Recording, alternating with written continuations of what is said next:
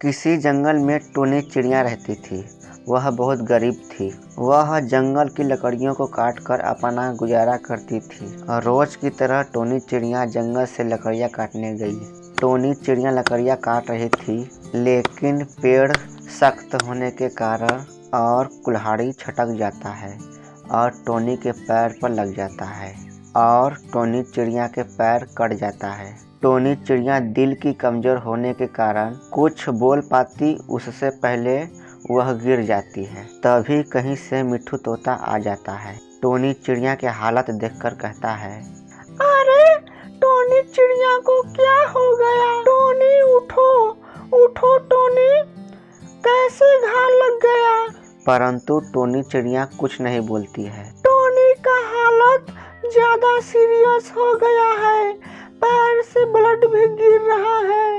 इससे पहले टोनी बहन को कुछ हो, मैं बुलबुल डॉक्टर के पास ले जाता हूँ। इतना कहकर मिट्ठू तोता बुलबुल डॉक्टर के पास ले जाता है। लकड़ी काट कर अपना गुजारा करती थी टोनी। तब बुलबुल डॉक्टर टोनी चिड़िया का इलाज करता है। पैर कट चुका था। टोनी चिड़िया अपने पैर को कट जाने के बाद बहुत रोती है। मुझे इसी पैर का सहारा था, भगवान ने मेरा ये पैर भी छीन लिया। अब मैं बिना पैर के क्या करूंगी? मत रो टोनी बहन, जो होना था वो तो हो गया। चलो तुमको घर लेके चलता हूँ। मिट्ठू तोता टोनी चिड़िया को घर पहुंचाकर चला जाता है और टोनी चिड़िया के घर में खाने के लिए कोई अन्न नहीं था। टोनी चिड़िया रो रही थी। मैं क्या करूं? मेरा कोई सहारा नहीं है। इतना कहकर टोनी चिड़िया दर्द में भी होकर सो जाती है। फिर सुबह हो जाती है। चलो मेरे पास लकड़ी का सहारा था, ये भी भगवान मुझसे छोड़ लिए। अब मैं क्या करूं? चलो पंछियों से दाना मांगकर गुजारा करती हूँ। इतना कहकर टोनी चिड़िया जैसे ही उड़ती है वैसे ही धरती पर गिर जाती है, उड़ नहीं पाती है। कल रात को मैंने कुछ खाया भी नहीं और मेरे पैर भी कट गए हैं। मैं उड़ भी नहीं पा रही हूँ, मैं क्या करूँ? चलो दोबारा कोशिश करती हूँ। टोनी चिड़िया किसी तरह प्रयास कर उड़ती है। जंगल की तरफ जाती है जहाँ पंछियों का घर था। टोनी चिड़िया कबूतर के घर जाती है और कहती है, कबूतर भैया, मैं 2 दिन से भूखा हूँ, मेरा पैर भी कट गया है, मैं कुछ खाया भी नहीं हूँ, कुछ खाने को दे दो। तुम 2 दिन से भूखी हो या 4 दिन की, मैं क्या करूँ? चल भाग यहाँ से, पता ना कहाँ कहाँ से आ जाते हैं। तब टोनी चिड़िया आंख में आंसू लिए वहां से चली जाती है। टोनी चिड़िया जा ही रही थी तभी मिट्ठू तोता मिल जाता है।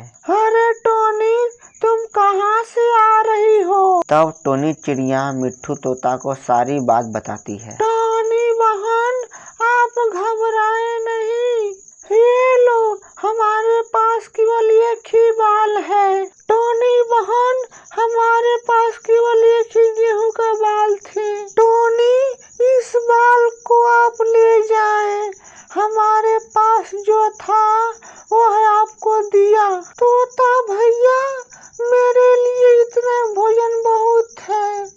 अच्छा तोता भैया, मैं चलती हूँ। इतना कहकर टोनी चिड़िया जंगल से गेहूं के बाल लेके जाती है। टोनी चिड़िया को 2 दिन न खाने की वजह से टोनी चिड़िया को चक्कर आ जाता है। इतना कहकर टोनी चिड़िया गेहूं का बाल लेकर जंगल से आगे निकलती है। घर की तरफ टोनी चिड़िया जा रही थी तभी अचानक टोनी चिड़िया को चक्कर आ जाता है। टोनी चिड़िया एक जादुई पपीते के वृक्ष के नीचे गिर जाती है और बेहोश हो जाती है। टोनी चिड़िया होश में नहीं थी तभी जादुई पपीता बोलता है, उठो पंछी उठो, अब तुम्हारा सोने का समय खत्म हुआ।